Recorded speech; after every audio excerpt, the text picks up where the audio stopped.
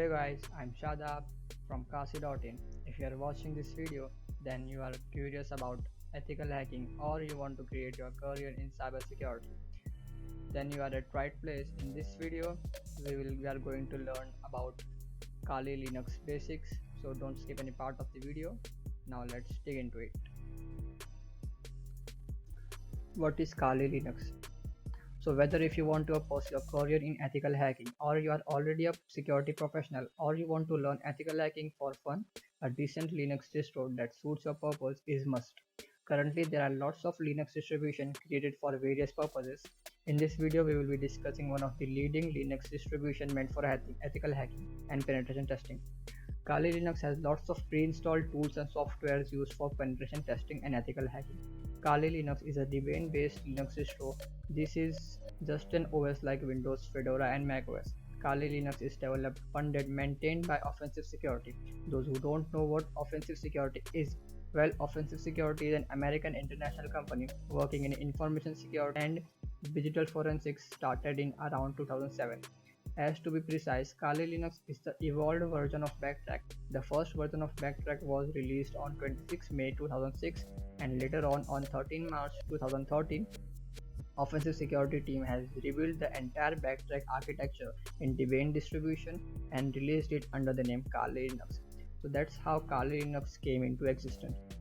Now the question is, why we should use Kali Linux while there are other Linux distros like ParrotOS, Blackbox, BlackArch and many more. Let me tell you a few reasons why Kali Linux is the best. First and foremost, Kali Linux includes more than 600 penetration testing tools. Secondly, it supports multi-language. Mostly all the Linux distros are written in English only, where Kali Linux supports multi-language, so more users can use Kali Linux in their native languages. Moving on, Kali Linux is built in a safe and secure environment. Actually, Kali team is a small group of individuals, only those can alter changes in repositories or commit packages. All this is done with multiple secure protocols. So basically it is built in a safe environment. Moving on, one of the best features of Kali Linux is that it supports a wide range of wireless devices. Kali Linux is completely free of charge. You will never ever have to pay to use Kali Linux. And finally, Kali Linux offers customization. If you are not comfortable with the current feature of Kali Linux, you can simply customize them as per your need. I think these reasons are enough for you to use Kali Linux. So let's proceed then. Kali Linux offers different installation processes such as you can install Kali Linux on a USB drive. It's portable, so you can use Kali Linux anywhere you want. Second, you can install Kali Linux on your hard disk, or you can dual boot it with your current OS, which can be Windows or Mac OS, or you can install Kali Linux on virtualization software like VirtualBox and VMware. In this tutorial, I will be showing you how to install Kali Linux on VMware. So that's it for the theory part. Now let's explore different tools Kali Linux offers. So the first thing you need to install Kali Linux on VMware is to download the ISO or image file of Kali Linux. To do that, simply go to www.kali.org. Under that there is a download option. Under the download option, click on download Kali Linux and it will redirect you to a different page. You can download Kali Linux image files from here. As you can see, there are different images for different devices. You can download the one that suits your device, but here we are going to install this in a VMware virtual machine. There are two ways to install Kali Linux. If you want to go through the entire installation process, you can download the ISO or image file and install or we can simply download the VMware version of Kali Linux and start using Kali Linux without going through the process of installation. So I will be going with the VMware version. If you want, you can download the ISO file. There will be a link in description on how to install Kali Linux with the ISO file in VirtualBox. Moving on, let's download the VMware version of Kali Linux. I have downloaded already, so I am not going to download it again. Simply click on this available on Offensive Security VM download page. VM stands for virtual machine. And it will redirect you to a different page and click on Kali Linux VMware 64-bit to download it with HTTP, or you can download this with torrent by clicking on torrent. Once you have downloaded this VMware file, and make sure you have also installed VMware software, link will be in the description below. And we are ready to begin. First open the VMware software. Here it is, VMware Workstation Pro.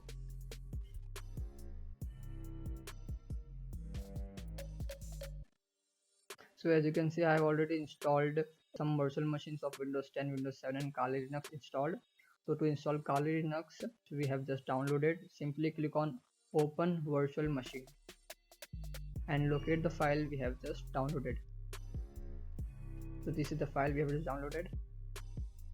Click on this and click on open.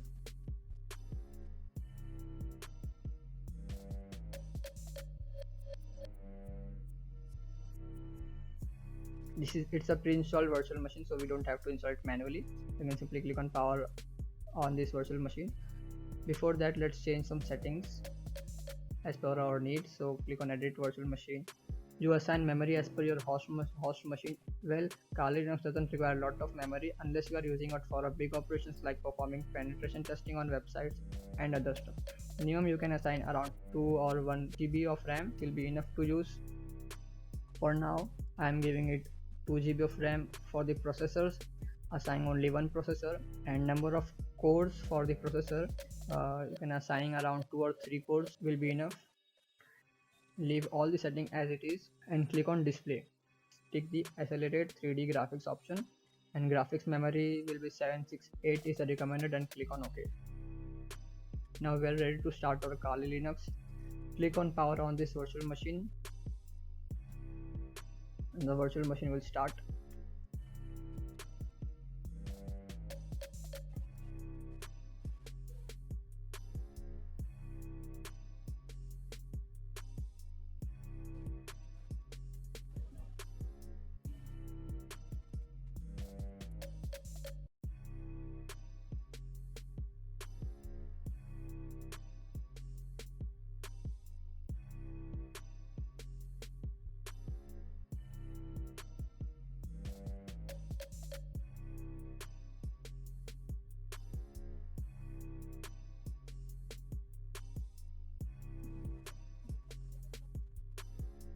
Now the default username and password for this machine is Kali and Kali.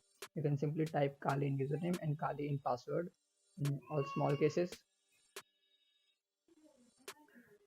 In my case, I have already changed my username from Kali to Shadab, so I'm going to name this Shadab username and password Kali and click on login. So we have successfully installed Kali Linux.